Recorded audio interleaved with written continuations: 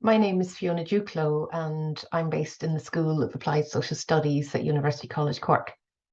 I'm one of 3 editors for this theme section on Interrogating Welfare Stigma, and I've worked alongside Robert Bolton, who works at the Institute for Social Science in the 21st Century, also at University College Cork, and Jo Whelan, who works in the School of Social Work and Social Policy at Trinity College Dublin.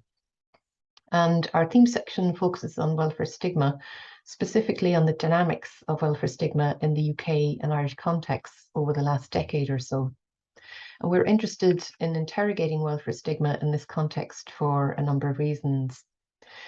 One is the fact that we've been motivated by a recent surge in interest in the scholarship of welfare stigma, particularly coming from a sociological perspective. And this looks at the structural sources of stigma and the notion of stigmacraft, as Imogen Tyler calls it.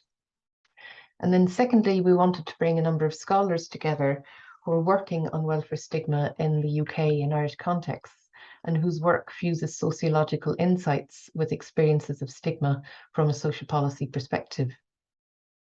And there's been a longer stream of that type of research in the UK context, while in the Irish context, there's been a more recent focus on lived experience in particular. And that's only recently coming into view in terms of social policy context in Ireland. So what we wanted to do was bring together some of the emerging research in the Irish case, along with some newer research in the UK case, particularly by some early career scholars who are moving forward with a research programme on welfare stigma, particularly in terms of gender, age and disability. And third, we wanted to try and understand what's happening with welfare stigma in the context of 2 neighbouring welfare states. So Ireland and the UK, they're often tied together as belonging to a liberal model. And the liberal model has several characteristics that generate and amplify experiences of welfare stigma. But perhaps that's a closer description for the UK than it is for Ireland. But nevertheless, that doesn't diminish the significance and role of welfare stigma in the Irish context also. And finally, then, we wanted to couch the research in the context of austerity capitalism. So we've used this term to contextualize and understand the totality of welfare stigma as something that's multifaceted and central to the evolution, not so much of welfare capitalism as austerity capitalism over recent decades, and particularly since the financial crisis in 2008, which is continuing legacies. And what we mean by the totality of stigma is what we consider as a very necessary way of understanding welfare stigma that conceptually and empirically integrates the experience, the production, and the reproduction of welfare stigma, as well as resistance to it. And we wanted to do this in a way that bridges or integrates both more individualized, experience-focused perspectives on welfare stigma with more structural perspectives that spotlight the power dynamics underlying welfare stigma. And then our findings, or rather the findings of the contributions to the theme section, engage with the totality of stigma and spotlight the workings of particular aspects. So the article by Owen Devereux and colleagues demonstrates the central role of a neoliberal consultocracy in crafting welfare stigma.